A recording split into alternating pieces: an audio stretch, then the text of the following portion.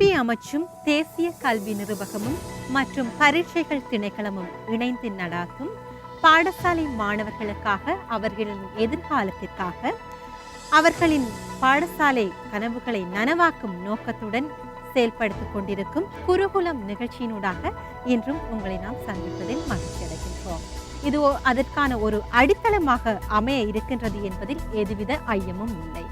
அதேபோல் பரீட்சைகளுக்கு எவ்வாறு முகம் கொடுப்பது, பரீட்சை வினாக்களுக்கு எவ்வாறு விடையளிப்பது தொடர்பான கலந்துரையாடலே இன்றைய நிகழ்ச்சியினூடாக அமைய இருக்கின்றது. ரசாயனவியல் தொடர்பான வினாக்களுக்கு விடையளிப்பது தொடர்பான விளக்கங்களை தருவதற்காக அதிதிகள் வருகை தந்திருக்கின்றது.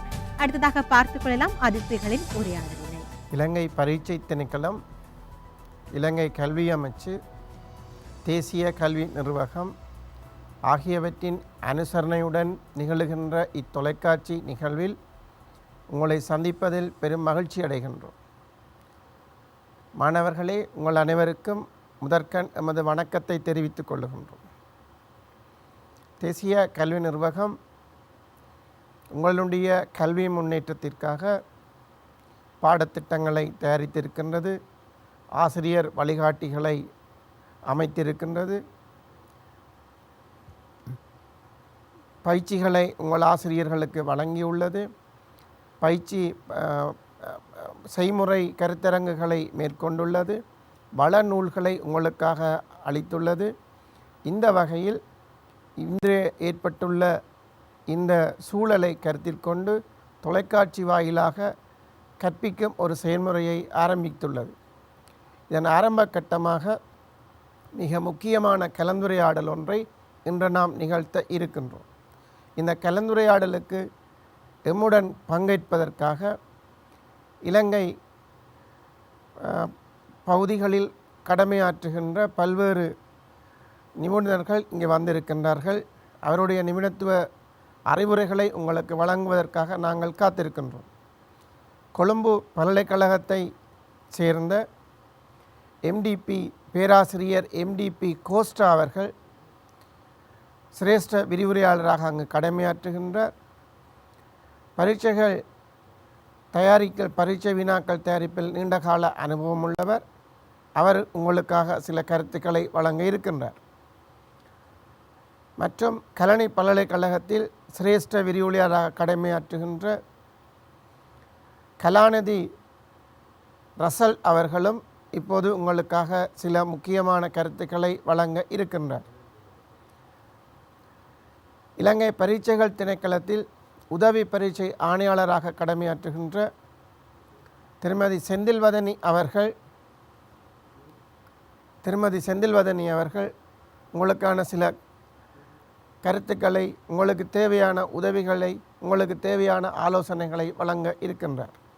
மற்றும் கொழும்பு இந்து மகளிர் கல்லூரியில் சிரேஷ்ட ஆசிரியராக கடமையாற்றுகின்ற திரு எஸ் தில்லைநாதன் அவர்கள் இங்கே கலந்திருக்கின்றார்.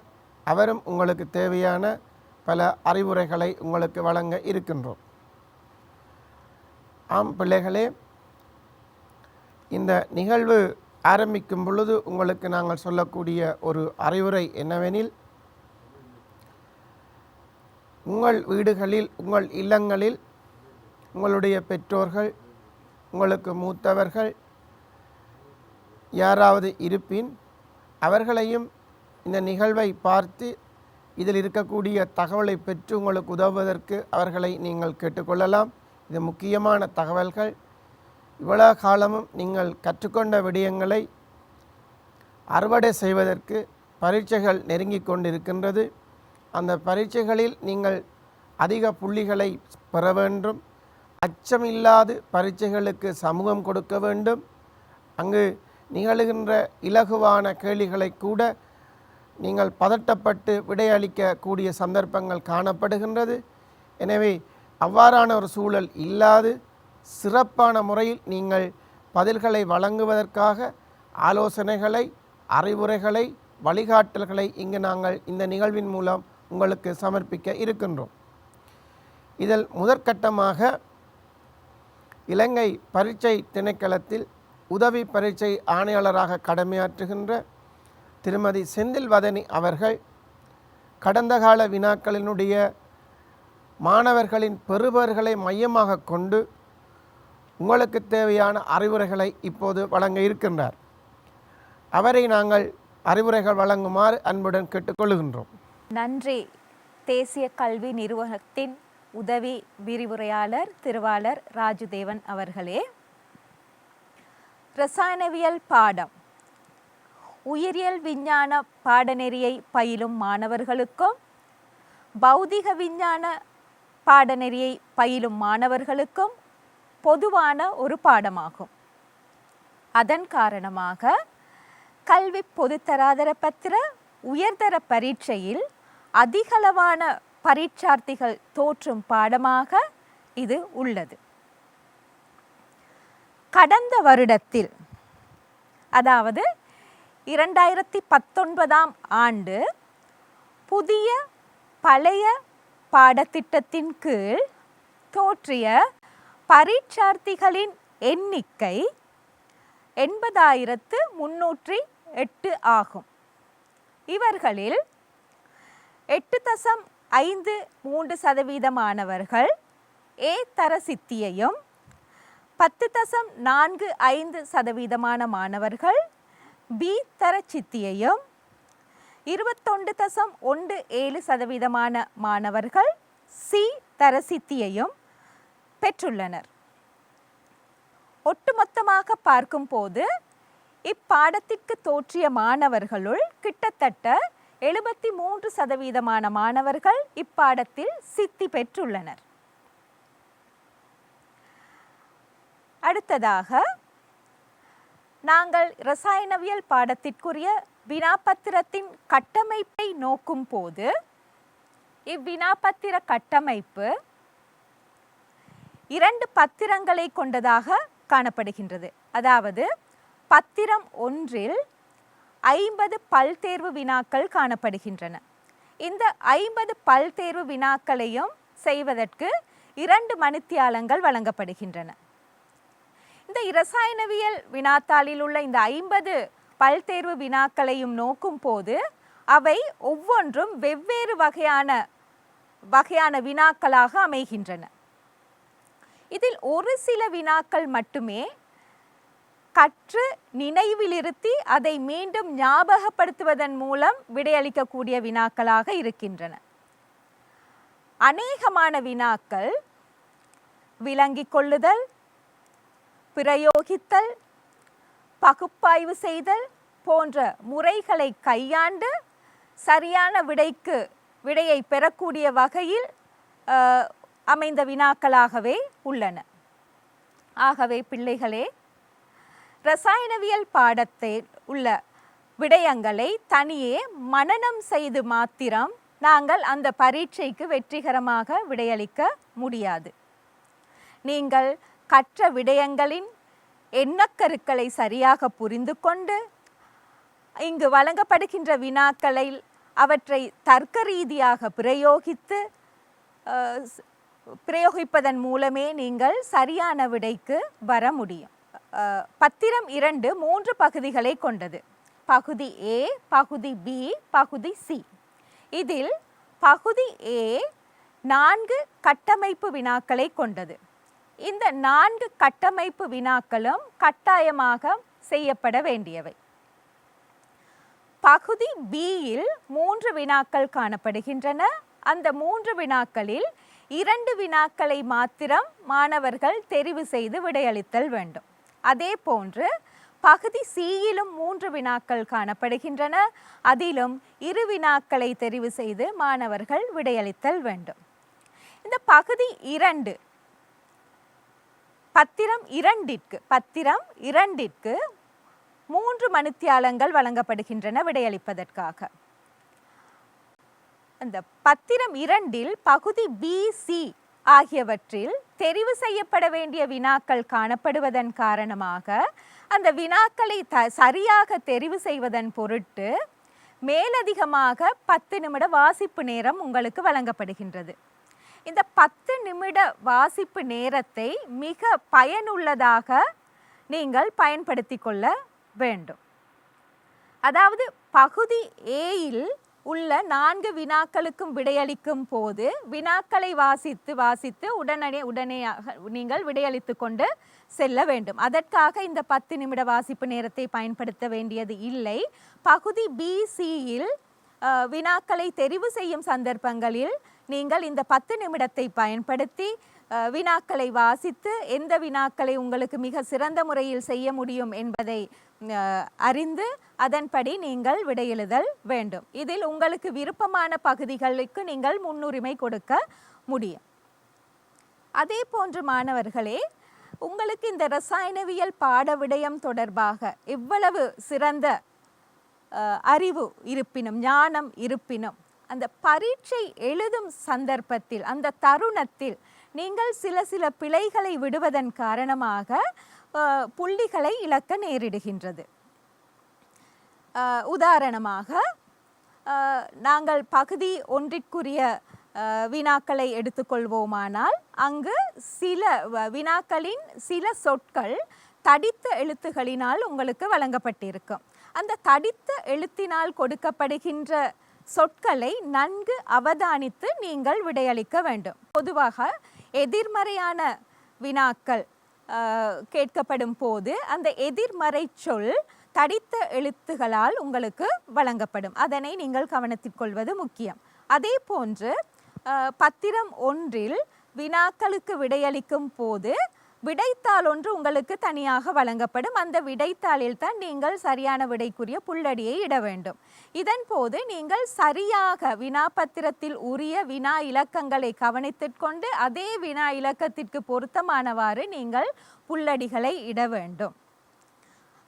அடுத்தது வினாபத்திரம் 2 எடுத்துக்கொண்டால் வினாபத்திரம் 2இல் நீங்கள் வினாக்களை நன்றாக வாசித்து கிரகித்து என்ன கேட்கப்பட்டிருக்கின்றதோ அதற்கு உரிய விடைகளை மாத்திரமே எழுதுதல் வேண்டும். இங்கு வினாக்களில் கேட்கப்படுகின்ற வினை சொற்களை நீங்கள் கவனத்தில் கொள்ள வேண்டும். அதாவது குறிப்பிடுக, தருக, சுருக்கமாக விளக்குக, உதாரணங்களுடன் விளக்குக போன்ற அந்த பதங்களை நீங்கள் கருத்தில் கொண்டு விடையளிக்க வேண்டும். அதாவது 2 விடயங்களை குறிப்பிடுக என கேட்கும் இடத்து நீங்கள் அந்த விடயங்களை விளங்கப்படுத்த வேண்டிய அவசியம் இல்லை. இது உங்களுக்கு அடுத்தடுத்து வருகின்ற வினாக்களை எழுதுவதற்கு போதுமான நேரத்தை குறைத்து விடுகிறது. அத்தோடு நீங்கள் கவனிக்க வேண்டிய இன்னொரு விடயம்தான் ஒவ்வொரு வினாவின் பகுதிகளுக்கு பக்கத்திலும் அதற்கு வழங்கப்படுகின்ற மொத்த புள்ளிகள் உங்களுக்கு வழங்கப்பட்டிருக்கும். அந்த புள்ளிகளை கருத்தில் கொண்டும் நீங்கள் விடையளித்தல் வேண்டும். அதாவது அதில் ஆரம்பத்தில் உள்ள பகுதிகள், ஒரு வினாவின் ஆரம்பத்தில் உள்ள பகுதிகளுக்கு அநேகமாக குறைந்த புள்ளிகளும் கீழே செல்ல உள்ள பகுதிகளுக்கு அதிகமான வேளைகளில் கூடிய அளவு புள்ளிகளும் வழங்கப்படக்கூடும். அந்த மாதிரியான சந்தர்ப்பத்தில் அந்த புள்ளிகளின் கணதிக்கு ஏற்றவாறு தான் உங்களது விடைகளும் அமைதல் வேண்டும். அதனையும் நீங்கள் கருத்தில் கொண்டு விடையளிக்க வேண்டும். அடுத்ததாக ரசாயனவியலை பொறுத்தவரையில் ஒவ்வொரு வினாவிலும் அநேகமான பகுதிகள் காணப்படுகின்றன. ஆகவே நீங்கள் பகுதி பி, பகுதி சி ஆகியவற்றிற்கு தனியான விடைத்தாள்களில் விடை எழுதும் போது வினா இலக்கங்களை சரியாக குறிப்பிட்டு அதன் பகுதி இலக்கங்களையும் சரியாக குறிப்பிட்டு விடை எழுதுதல் வேண்டும். அத்தோடு ஒவ்வொரு வினாவையும் ஒவ்வொரு வினாவையும் தொடங்கும் போது புதிய பக்கத்தில் தொடங்குவதும் சால பொருத்தமானதாக அமையும் என நாங்கள் கருதுகின்றோம். அடுத்ததாக ஒவ்வொரு பரீட்சையின் நிறைவிலும் இலங்கை பரீட்சை திணைக்களத்தின் ஆய்வு அபிவிருத்தி கிளையினால் அப்பரீட்சைக்கு மாணவர்கள் துலங்கிய விதம் பகுப்பாய்வு செய்யப்படுகின்றது. அதன் அடிப்படையில் இங்கு சலாகை வரைவு மூலம் ரசாயனவியல் பகுதி ஒன்றிற்கு கடந்த வருட பரீட்சையின் ரசாயனவியல் பகுதி ஒன்றிற்கு மாணவர்கள் துலங்கிய விதம் காட்டப்படுகிறது. இங்கு இலகு சுட்டிகளை அடிப்படையாக கொண்டே இந்த தரவுகள் தரப்படுகின்றன. இதில் காட்டப்பட்டுள்ள 2வது வினாவிற்குரிய இலகு சுட்டி 0.66 என்பதாகும். அதன் கருத்து அந்த 2ஆம் வினாவிற்கு விடையளித்த மாணவர்களில் 66% மட்டுமே சரியாக விடையளித்துள்ளனர் என்பதாகும். அதன்படி மிகவும் கடினமாக அமைந்துள்ள வினா மாணவர்களுக்கு 49வது வினாவாகும். அதற்கு 7% மாணவர்களே சரியாக விடையளித்துள்ளனர். அடுத்து உள்ள இந்த 2 வரைவுகளில் முதலாவது வரைவை நோக்கும் போது அதில் முதல் 4 வினாக்களுக்கும் மாணவர்கள் கட்டாயமாக விடையளித்தல் வேண்டும். 2ஆம் வினாப்பத்திரத்திற்கு மாணவர்கள் துளங்கிய விதம் இங்கு காட்டப்பட்டுள்ள 2 வரைவுகளாலும் உங்களுக்கு காட்டப்படுகிறது. இதில் முதலாவது வரைவில் உள்ள முதல் 4 வினாக்களும் மாணவர்கள் கட்டாயமாக விடையளிக்க வேண்டிய வினாக்கள் ஆகும். ஆயினும் அதில் உள்ள 4வது வினாவான சேதன ரசாயனவியலுக்குரிய வினாவிற்கு 2% மாணவர்கள் எந்த துளங்களையும் காட்டவில்லை. பகுதி BCயில் உள்ள தெரிவு வினாக்களில் 6ஆம் வினாவையே கூடுதலான மாணவர்கள், அதாவது கிட்டத்தட்ட 70% மாணவர்கள் தெரிவு செய்துள்ளனர். 2வது வரைவை நோக்கும் போது அங்கு ஒவ்வொரு வினாவுக்கும் மாணவர்கள் புள்ளி பெற்றுள்ள விதம் அங்கு காட்டப்படுகிறது. இதில் ஒவ்வொரு வினாவிலும் 4 சலாகைகள், 4 நிற சலாகைகள் காட்டப்படுகின்றன. அந்த 4 நிற சலாகைகளும் மாணவர்கள் எவ்வளவு புள்ளிகளை பெற்றுள்ளார்கள் என்பதை குறித்து நிற்கின்றது. அதன்படி இங்கு முதலாவது வினாவை நோக்குவோமாயின் அதற்கு வழங்கப்படும் புள்ளிகள் 100 ஆயின் அதில் 0க்கும் 25க்கும் இடைப்பட்ட புள்ளிகளை கிட்டத்தட்ட 10% மாணவர்கள் பெற்றுள்ளனர். அதே போன்று 76க்கும் 100க்கும் இடைப்பட்ட புள்ளிகளை கிட்டத்தட்ட 28% மாணவர்கள் பெற்றுள்ளனர். இங்கு வரைவில் சுட்டிக்காட்டப்படுவதன்படி அந்த முதலாவது வினாவே மாணவர்களுக்கு இலகுவான வினாவாக அமைந்திருப்பதை நாங்கள் காணக்கூடியதாக இருக்கின்றது. 4வது வினா, 5வது வினா, 10வது வினா ஆகியவற்றிற்கு மாணவர்கள் குறைந்த புள்ளிகளையே அதிகமாக பெற்றுள்ளதையும் நாங்கள் இதிலிருந்து காணக்கூடியதாக இருக்கின்றது.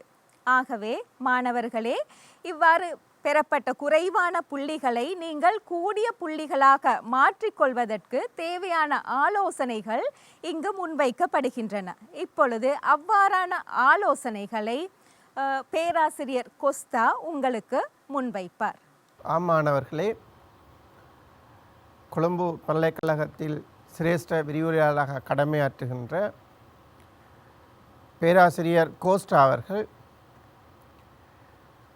இப்போது உங்களுக்கான சில முக்கிய தகவல்களை வழங்குவார். முதலே உங்களுக்கு நான் கூறியது போல் அவர் பரீட்சை வினாத்தாள்கள் தயாரிப்பதில் நீண்டகால அனுபவம் உள்ளவர்.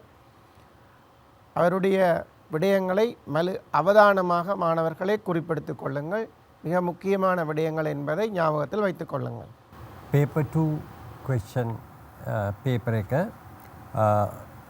3 hours, you will get 3 hours to answer the question paper, and there will be 3 parts, part A, part B and part C. In addition to that, you will have 10 minutes reading time. So this reading time you can effectively used if you use this reading time to select the questions in part B and part C, because part A, all the questions you have to answer. So part B, part C, when you are selecting the question, you have to select 2 questions out of 3. So read the question in each part which you are most thorough in your studies, and make sure you can answer that question. If that's so, then you can easily select the 2 questions in each of the part. So this way you can make the selection of questions in part B and part C most effectively. I will talk about some common errors made by the students in answering the 2019 question paper. So, those errors are question 5 and question 6, which is based on physical chemistry only. The students have made so many errors in giving the physical states of organic of substances, and also giving wrong units in their calculation. So, these errors should be minimized, and you have to make sure the units are correctly given and physical states are correctly given. And also in organic chemistry, which is one question in part A and one question in part C.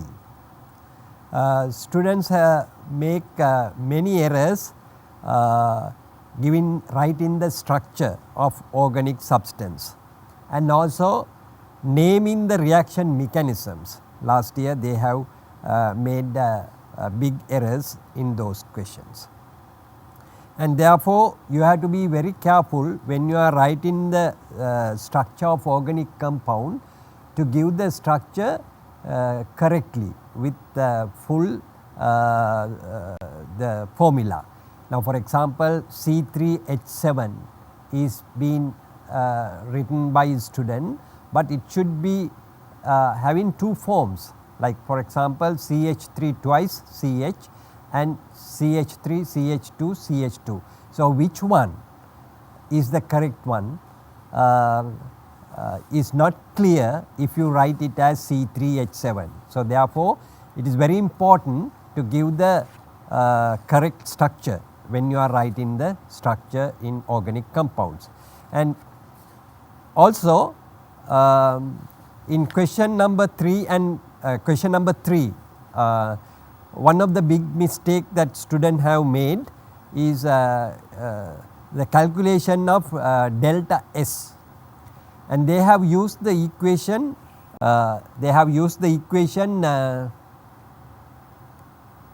delta G naught equal delta H naught minus T delta S naught. But this equation is valid under standard conditions, but the question asks the delta S value given the values of delta G and delta H. So, therefore, the student have lose the marks writing this equation in the standard form. And in question 4, sulfuric acid has to be used as a dehydrating agent. Many of the students have written just H2SO4. That is wrong, because it is only the conc sulfuric acid which become a dehydrating agent. And also the aluminum chloride, when they are writing, it should be used under anhydrous condition. So, therefore, it should be write as anhydrous aluminum chloride. In question number 5, 6 and 7a, which comes in part B, many students have made wrong units in substituting in the equation, and that ended up with wrong units in the final answer. So, therefore, when you are substituting a certain parameter, make sure that you are using the correct units. And also sometimes the students write units where the parameter does not have unit. So, you are losing marks in that situation also. For example, distribution coefficient KD does not have any units, but some students have given units. Arithmetic errors always you tend to make, which has to be minimized, because you are losing some marks in calculation if you do in arithmetic errors. So, make sure that when you are doing the calculation, the arithmetic errors to be minimized. The question number 7a, in part B, identification of anode and cathode has been done incorrectly by many of the students. So, you make sure that anode is the place where the oxidation happen and cathode is the place where reduction is happen. So, some student does not have idea about that. Then part C,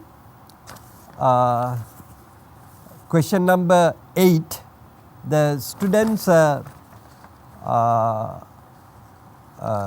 when they are writing the reagents, a particular reaction which has two steps which is given in one conversion, make sure that you use the numbers and in the correct order. For example, if the conversion needed 2 reagents, so the first reagent to be marked as 1 and the second reagent should be marked as 2, which has if you do not give numbers, there will be no marks. So, therefore, make sure that you include the numbers as well. So, if you minimize those errors in your paper in 2020, I am sure that you will get high marks without those errors.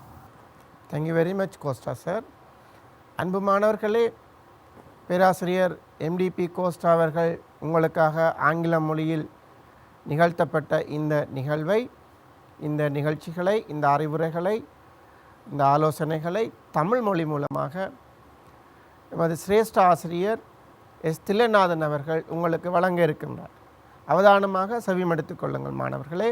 நல்லது மாணவர்களே, பகுதி ஒன்றானது எந்த விதமான தெரிவும் உங்களுக்கு இல்லை. அதாவது நீங்கள் முழு வினாக்களுக்கும் விடையளித்தல் வேண்டும்.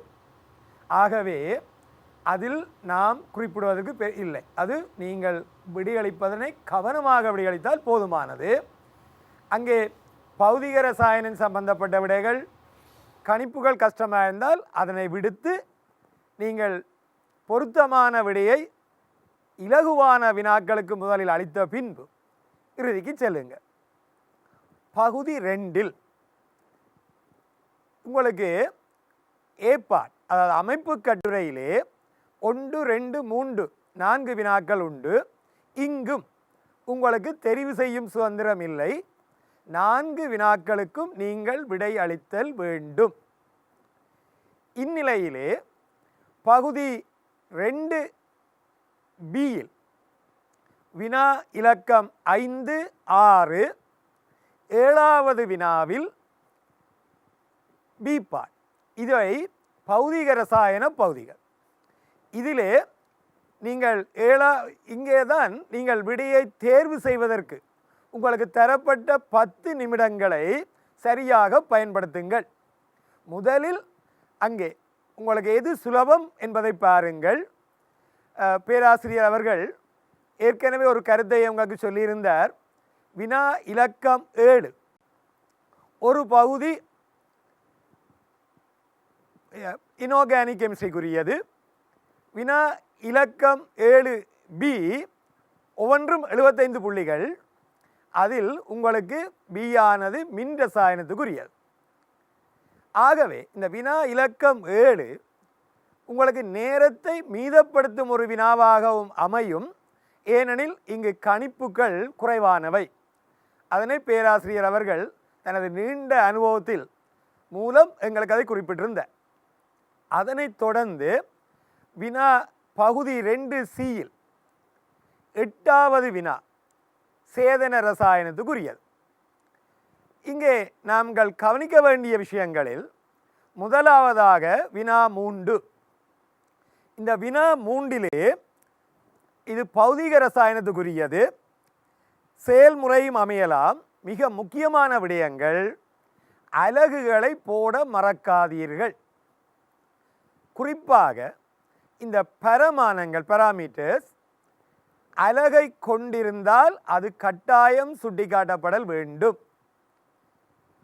ஒவ்வொரு பொருத்தமான இடங்களிலும் யூனிட்ஸ் மிக மிக முக்கியம். ஆனால் பரமாணங்கள் அலகில்லாக அமைந்தால் நீங்கள் இங்கே அலகு போட்டால் அதற்கு புள்ளிகள் வழங்கப்பட மாட்டாது.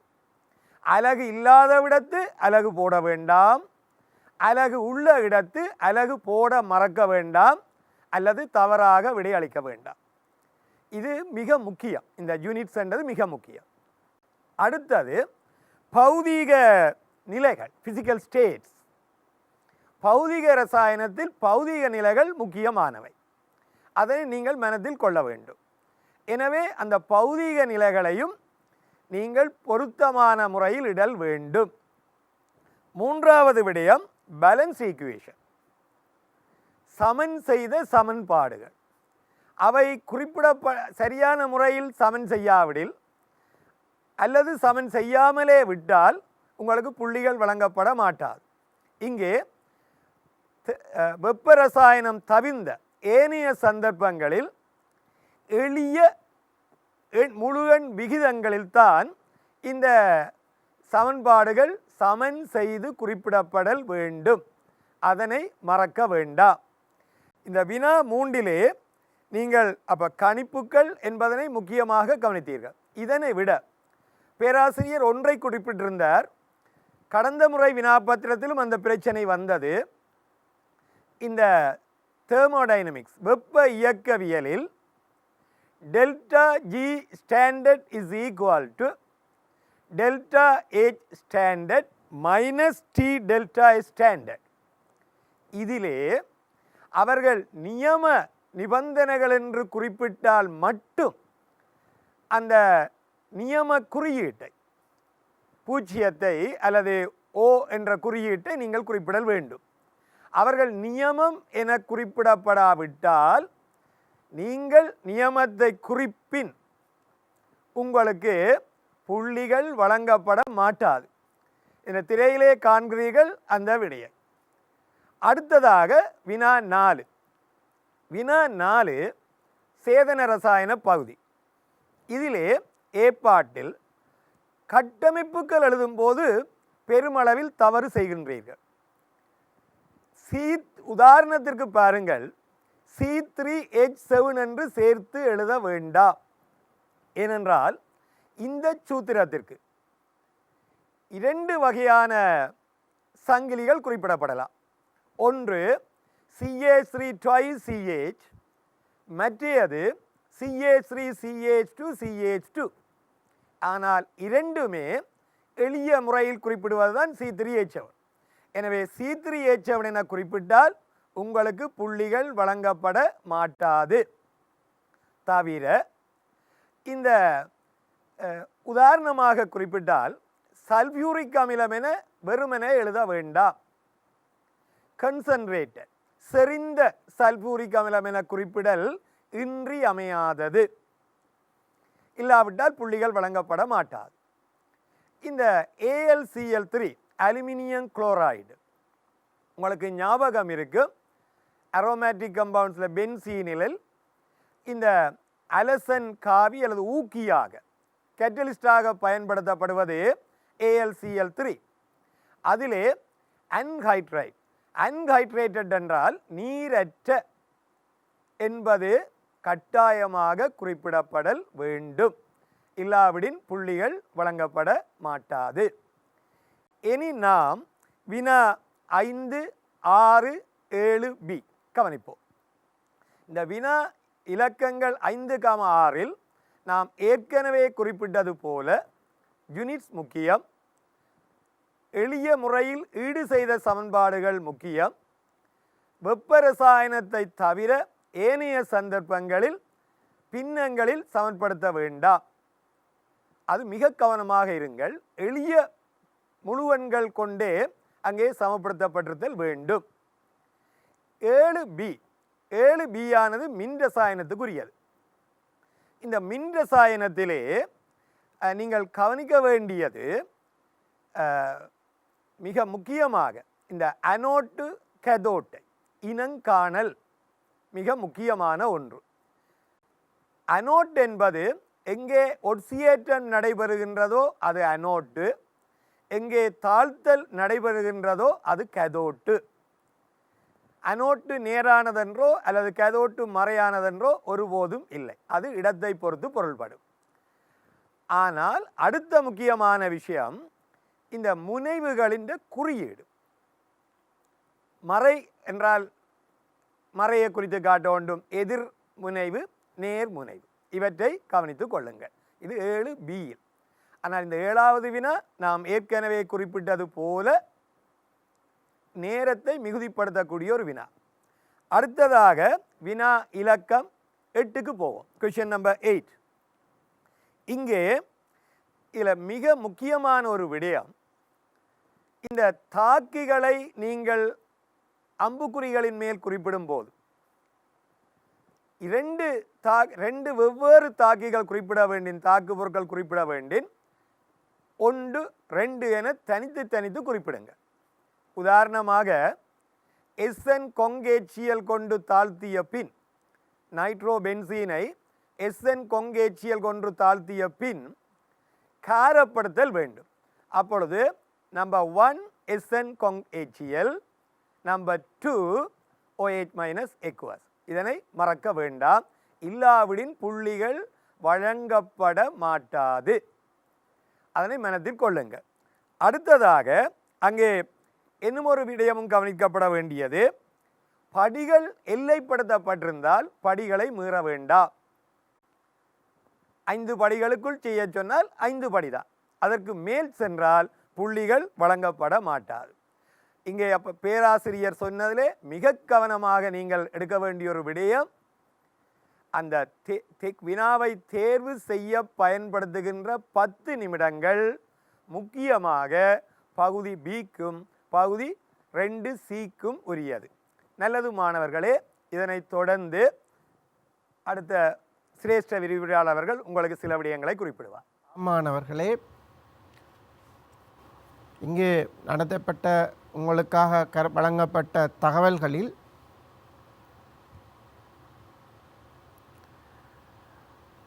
பேராசிரியர் கோஸ்டா அவர்கள் இன்னுமொரு விடயத்தை மிக அவதானமாக குறிப்பிட்டிருந்தார். சேதன ரசாயனத்தின் பொறிமுறைகளை வழங்குமாறு கேட்கப்படும் பட்சத்தில் நீங்கள் குறியீடுகளை பயன்படுத்தி எழுதுதல் கூடாது. கருநாட்ட கூட்டல் தாக்கம் ஆயின் கருநாட்டல் கூட்டல் தாக்கம் என தெளிவாக எழுதப்பட வேண்டும். அதற்கான குறியீடுகள் அனுமதிக்கப்படுவதில்லை என்பதை மாணவர்களே விளங்கிக் கொள்ளுங்கள்.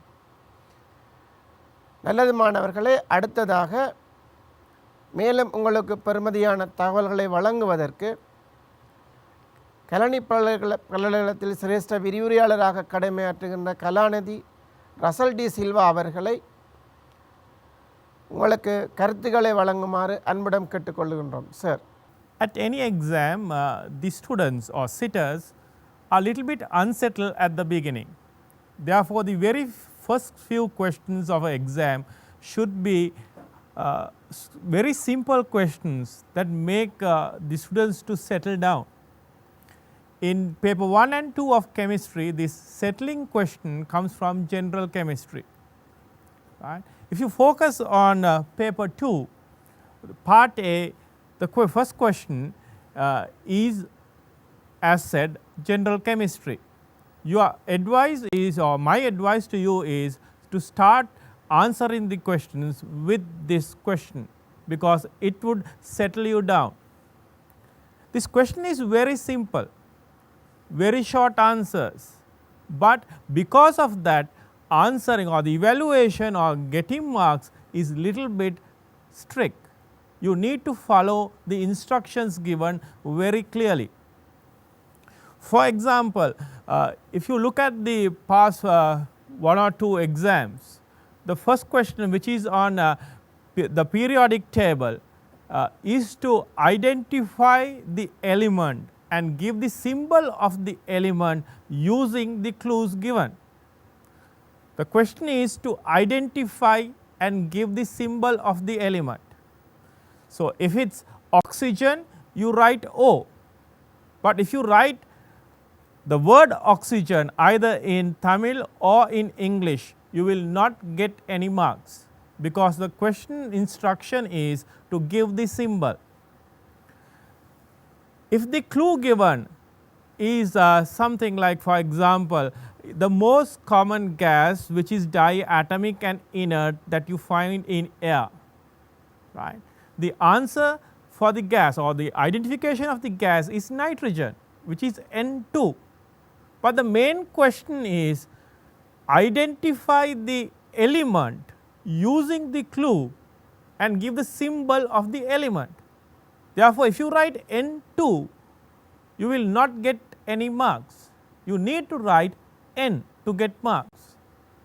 So, keep this in your head.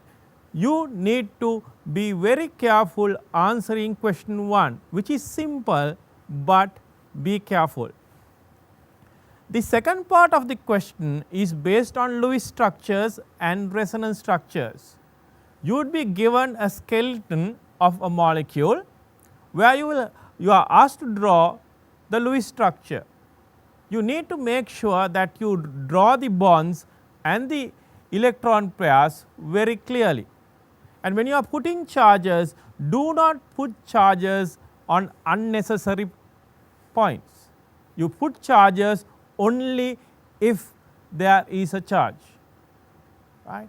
And also always follow the octet rule. Because you are mainly at A level standard, will be working with the second period elements, the number of electrons, the total electrons, bond electrons and electron pairs should be 8. You should not draw more than 8 or less than 8, right. Only in very rare cases, if there is an element in the third period like sulfur or phosphorus, you can draw more than 8 electrons. But if it's second row, the number of electrons should be 8.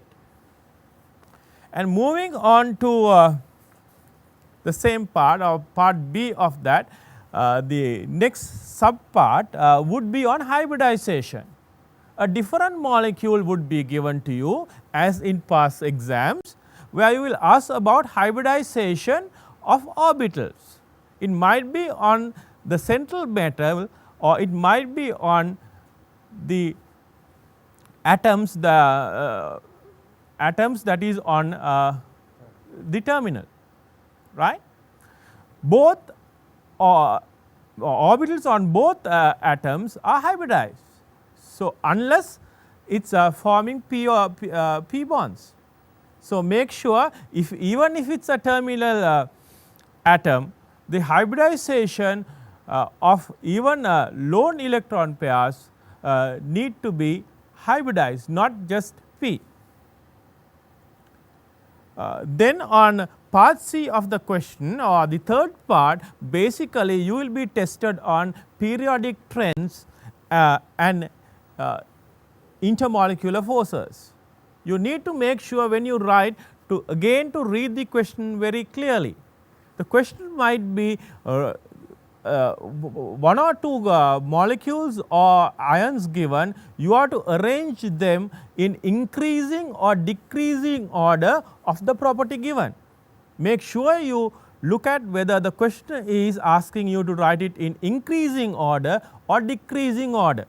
You might know the answer, but if you get the order wrong, you will get no marks. Moving on to the second question of part A, which is the structured part, would be on inorganic chemistry. Again, it would be having two parts. The first part would be identification of an element or a compound which is based on the S block or the P block, right. You are to read the instructions very clearly and identify. Then you will be asked to write the electronic configuration of the element or the ion. Make sure that you read it clearly whether the electronic configuration is on the element or the ion, and write the complete electronic configuration of the element or the ion.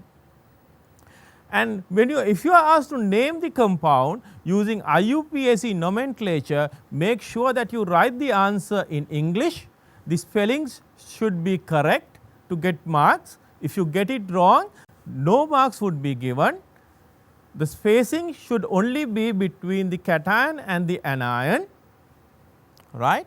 And you need to follow all other rules in naming the compound. Then you will be asked something about the common uses of this compound or the element, right. You should not write it is used as a chemical or used in laboratories, where you will not get marks. You need to write a use of the element or the compound other than laboratory use or as a chemical to get marks. Moving on to the second part of the question, you will be given some laboratory experimental details where you need to identify certain things like compounds or ions, where again you need to be using your knowledge on precipitates, the colors of the compounds, where the solubility of compounds, whether a gas is evolved or not, the color of the gas, etc. And then you will be asked to write balance equations of the reactions taking place. Physical state is not a must in the inorganic section, but it is a good practice to write the physical states. However, when you are writing balance equations in inorganic chemistry, you need to balance it properly, and the stoichiometries should not be fractions, right. That is very important. Moving on to section B, which is mainly based on physical chemistry, question 5 and 6 is totally on physical chemistry. Question 7, part of it is physical chemistry, half of it is physical chemistry. Part B is inorganic chemistry. Physical chemistry, you might be good at it, but it takes some time to write answers. The inorganic chemistry is little bit different, where you can, if you are good at it, you can save time. But if you are to answer question 7, then you need to know your inorganic chemistry properly, which this question, the part B comes from the D block elements. Again, the content would be on complexes of D block elements. Very few ligands are tested.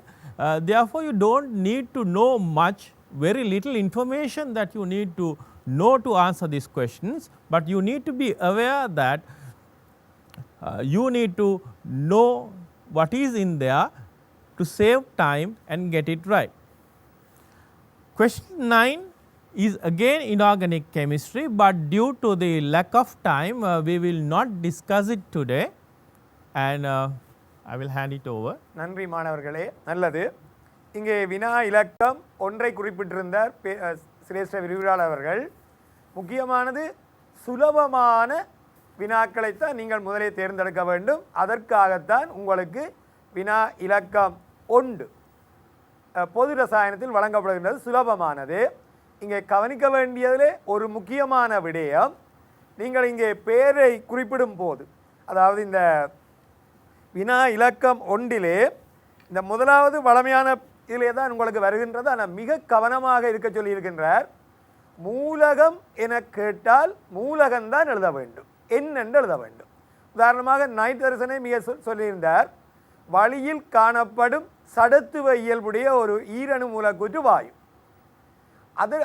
அதை காட்டுகின்ற மூலகம் எதென்று கேட்டால் N2 என எழுதக்கூடாது, என் என எழுத வேண்டும் என்பதை வலியுறுத்தி இருந்தார். அதே போல இந்த வினா இலக்கம் 1Bயில் அட்டம விதி திருப்தி செய்யப்படல் வேண்டும் என வலியுறுத்தி இருந்தார். அதிலே கந்தகம், பொஸ்பரஸ் போன்றவை வரும் இடத்து இது மாறுபடலாம். எனினும் எப்போது அட்டம விதி அந்தத்தில் உள்ள அணுக்களுக்கு திருப்தி செய்யப்படல் வேண்டும் என்பதை மறக்க வேண்டாம். தொடர்ந்து இன்னும் ஒரு முக்கியமான விடயத்தை குறிப்பிட்டிருந்தார். அந்தத்தில் அமையும் அணுக்களுக்கு இந்த ஓபிட்டல் கலப்பு பயன்படுத்துங்கள், தேவையான விடத்து ஓபிட்டல் கலப்பை பயன்படுத்துங்கள் என குறிப்பிட்டிருந்தார். தேவையில்லாவிட்டால் அதனை விடலாம், ஆனால் தேவையான இடத்து அநேகமாக தற்போது அது வழக்கத்தில் வந்துள்ளது. ஓபிட்டல் கலப்பை அந்தத்தில் உள்ள அணுக்களுக்கும் பயன்படுத்துங்கள். அடுத்து அதே வினாவிலே சி பாட்டிலே ஆவர்த்தன போக்குகளை குறிப்பிடும் போது மூலக்கூற்று இடைவிசைகள் தொடர்பாக கேட்கப்படும் போது ஏறு வரிசை இறங்கு வரிசை என குறிப்பிட்டால் அதை தெளிவாக கவனித்துக் கொள்ளுங்கள். ஏறு வரிசைக்கு பதில் இறங்கு வரிசை அல்லது இறங்கு வரிசைக்கு பதில் ஏறு வரிசை குறிப்பிட்டால் புள்ளிகள் வழங்கப்பட மாட்டாது. வினா இலக்கம் 2 இங்கேயும் அவர் குறிப்பிட்டிருந்தார் மிக மூலகங்களை இனங்காணல் தொடர்பான ஏ பகுதி வரும் என்பதை குறிப்பிட்டிருந்தார். அதிலே இன்னும் ஒரு முக்கியமான விடயம், இந்த இலத்திரன் நிலையமைப்புகளை எழுதும்போது பூரண இலத்திரன் நிலையமைப்பு என கேட்கப்படும் இடத்து பூரணமாக எழுதப்படல் வேண்டும். சடத்துவ வாயுவுடன் தொடர்புபடுத்த வேண்டாம், இல்லாவிடின் புள்ளிகள் வழங்கப்பட மாட்டாது. அதே போன்று இந்த IUPAC பெயர்களை குறிப்பிடும் போது எழுத்து பிழை சொற்கள் கவனமாக இருக்க வேண்டும். அங்கே எழுத்து பிழை இருந்தால், ஸ்பெல்லிங் மிஸ்டேக் இருந்தால் நோ மார்க்ஸ். அதை விட இங்கே நேரயனுக்கும் எதிரயனுக்கும் இடையில் சிறிய இடைவெளி வேண்டும். பெயர்கள் IUPAC பெயர்கள் என கேட்டால் ஆங்கில மொழி மூலம்தான் எழுதப்படல் வேண்டும். இதே போல வினா இலக்கம் 2 எளிமையான கணிப்புகளும் அது தொடர்பான வினாக்களும். இங்கே கவனமாக இருங்கள். வாயுக்களின் நிறங்கள், வீழ்படிவுகள், அவை நிறங்கள் தொடர்பையும் பயன்படுத்தி நீங்கள் அங்கே இனங்காண வேண்டிய ஒரு அவசியம் ஏற்படலாம். ஆனால் அசேதன ரசாயனத்தில் பிசிக்கல் ஸ்டேட்ஸ் பௌதிக நிலைகள் முக்கியமன்று அல்ல, எனினும் குறிப்பிட்டால் நன்று. ஆனால் சமன்பாடுகள், ஈடு செய்த சமன்பாடு என்றால் ஈடு செய்யத்தான் வேண்டும். கால்குலேஷனில் அது மிக முக்கியமானது. இதே போன்று இங்கே இந்த 2 வினாக்களை தவிர்த்து 7வது கேள்வியிலே ஏ பகுதி இன்ஆர்கானிக் கெமிஸ்ட்ரிக்குரியது, டி தொகுப்புடன் சம்பந்தப்பட்டது. எளிமையான இணைஜிகள் மட்டும்தான் உங்களுக்கு கிடைக்கும். இது இன்ஆர்கானிக் என்றபடியால் இந்த வினாவை தேர்ந்தெடுப்பது நேரத்தை உங்களுக்கு தரலாம். எனவே அதனை தெளிவாக இனங்காணுங்கள். இங்கேயும் IUPAC பெயரை கவனித்துக் கொள்ளுங்கள். எளிய இணைஜிகள் தான், H2O SCN- போன்ற எளிய இணைஜிகள் மட்டும் தரப்படும். நல்லது திரு தேவா அவர்களே. நன்றி தில்லைநாதன் ஆசிரியர் அவர்களே. ஆம் அன்பு மாணவர்களே, இன்று உங்களுக்கான கலந்துரையாடல்கள் நடைபெற்று கொண்டிருக்கின்றது. நீங்கள் உச்ச பலன்களை இவற்றிலிருந்து பெற்று உங்கள் மனதில் ஒரு துணிவை ஏற்படுத்தி உங்கள் கல்வியை தொடர்ந்து முன்னெடுத்து நல்ல பெறுவர்களை பெறுவீர்கள் என நாம் எதிர்பார்க்கின்றோம். தேசிய கல்வி நிர்வாகத்தால் வழங்கப்பட்டிருக்கின்ற வள நூல்களை தயவுசெய்து மாணவர்களே சரியான முறையில் பயன்படுத்தி கொள்ளுங்கள். அதிலுள்ள முக்கிய விடயங்கள் உங்களுக்கு போதுமானத அளவாக காணப்படுவதாக நான் கருதுகின்றேன். எனவே அதில் இருக்கின்ற விடயங்களை தயவு செய்து அவதானமாக வாசித்து விளங்கி உங்களுடைய ஆசிரியர்களிடம் அதை கேட்டு அதில் பூரண பயிற்சிகளை பெற்று நீங்கள் பரீட்சைக்கு செல்ல வேண்டும் என நாம் வேண்டிக் கொள்கின்றோம். அன்பு மாணவர்களே, இன்று நிகழ்ந்த இந்த நிகழ்வு, இந்த நிகழ்ச்சி திட்டத்திலே பலர் பங்கெடுத்திருக்கிறார்கள். இலைமறைகாயாக பலர் எமக்கு உதவி செய்திருக்கிறார்கள். அனைவருக்கும் உங்கள் சார்பாக அவர்களுக்கு நாங்கள் நன்றியை தெரிவித்துக் கொள்கின்றோம். மற்றும் மாணவர்களே, நீங்கள் இந்த செயற்பாடுகளை செய்து கொண்டிருக்கின்ற பொழுது, இந்த பாடங்களுக்காக நீங்கள் பரீட்சைகளுக்காக தயார்படுத்தி கொண்டிருக்கின்ற பொழுது நேரங்களை சரியான முறையில் முகாமைத்துவம் செய்ய வேண்டியது அவதானம். மாணவர்களே, சிலர் அளவுக்கு அதிகமாக தேவையற்ற விடயங்களை கற்பதனால்தான் புள்ளிகளை பெறுவதில் சிரமம் அடைகின்றார்கள் என்பது எமது முடிவுகள் மாணவர்களே. ஆகவே உங்களுக்கு தேவையான விடயங்களை மட்டுமே கற்று அதிலிருந்து உச்ச பலன்களை பெறுவீர்கள் என நாம் எதிர்பார்க்கின்றோம். அன்பு மாணவர்களே, இந்த நிகழ்ச்சியானது மறு ஒளிபரப்பும் செய்யப்பட இருக்கின்றது. எனவே அந்த நிகழ்வை தொடர்ந்து அடுத்த வாரம் உங்களுக்கான பாடப்பரப்புகளும் இங்கே வர இருக்கின்றது. எனவே உங்களுடைய வினாக்கள், உங்களுடைய இடர்பாடுகள் என்பவற்றை நீங்களே உணர்ந்து அதற்கான செயற்பாடுகளில் இறங்குமாறு அன்புடன் இப்போவே நீங்கள் ஆயத்தப்படுத்தி கொள்ளுங்கள். அதன் மூலம் நாங்கள் உச்ச பலன்களை பெறுவீர்கள். இது சிறப்பான ஒரு நிகழ்வாக உங்களுக்கு அமையும் என நாம் எதிர்பார்க்கின்றோம். நன்றி மாணவர்களே, நன்றி, வணக்கம். உங்களுக்கான விளக்கங்களை அளித்த அதிதிகளுக்கு எமது நன்றிகளை தெரிவித்துக் கொள்கின்றோம். ரசாயனவியல் பாடத்திற்கான விடைகளை நீங்கள் எவ்வாறு அளிப்பது என்பது தொடர்பான தெளிவுகளை தற்பொழுது பெற்றிருப்பீர்கள் என நம்புகின்றோம். அதேபோல் இந்த காணொளியினை நீங்கள் மீண்டும் மீண்டும் பார்ப்பதற்காக எமது தேசிய கல்வி நிறுவகத்தின் வெப்சைட்டினூடாக பார்த்து கொள்ள முடியும். www.nie.lk எனும் இணையதளத்தினூடாக சென்று இந்த காணொளியினை நீங்கள் மீண்டும் பார்த்து கொள்ளலாம். அதன் மூலமாக நீங்கள் சிறந்த பயன்பாட்டினை நீங்கள் பெற்றுக்கொள்வீர்கள் என நம்புகின்றோம். இந்த உயர்தர பரீட்சையில் சிறந்த பெறுபேறுகளை பெற்று வெற்றி அடையுங்கள் என வாழ்த்திக் கொண்டு இன்றைய நிகழ்ச்சியினை நிறைவு செய்து கொள்கின்றோம். நன்றி, வணக்கம்.